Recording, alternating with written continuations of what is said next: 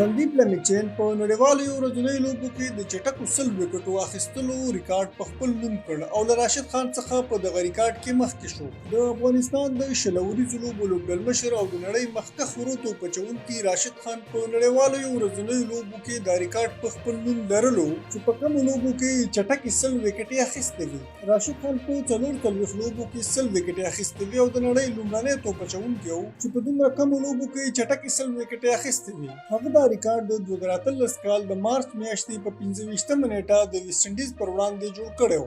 خو د نیپال توپچونکي سندیپ لمیچین د راشد خان دغه ریکارډ مات کړ او تر هغه هم په کمو لوبو کې دا ریکارډ جوړ کړ او په دغه ریکارډ کې لومړنی توپچونکی شو. سندیپ په 42 لوبو کې چټکې 100 وکټې واخیستې. نوموړي دا ریکارډ د 2023 کال د اپریل په 21مه نیټه د امان لوبډلې پر وړاندې جوړ کړ. د یادولو وړ دا هم ده چې راشد خان په 2015 کال کې په نړیوالو ورځنیو لوبو کې خپل لومړنۍ لوبه تر سره کړې وه او په 2013 کال کې دغه ریکارډ په خپل نوم کړی و. خو سندیپ بیا په 2013 کال کې خپل لومړنۍ لوبه تر سره کړې وه، هغه کال چې راشد خان دغه ریکارډ جوړ کړی و او اوس نوموړي د راشد خان دغه ریکارډ په خپل نوم کړ. همداراز راشد خان په نړیوالو شلوريزو لوبو کې هم د چټکو 100 وکټو ریکارډ په خپل نوم لري. نوموړي په 53 لوبو کې چټکې 100 وکټې اخیستې وي او دغه ریکارډ یې په خپل نوم کړی و. راشد خان دا ریکارډ په 2021 کال کې د اکتوبر په 29مه نیټه د پاکستان پر وړاندې جوړ کړی و. په نړیوالو شلوريزو لوبو کې د سریلانکا لسیت مالینګا بیا دویم توپچونکی دی چې په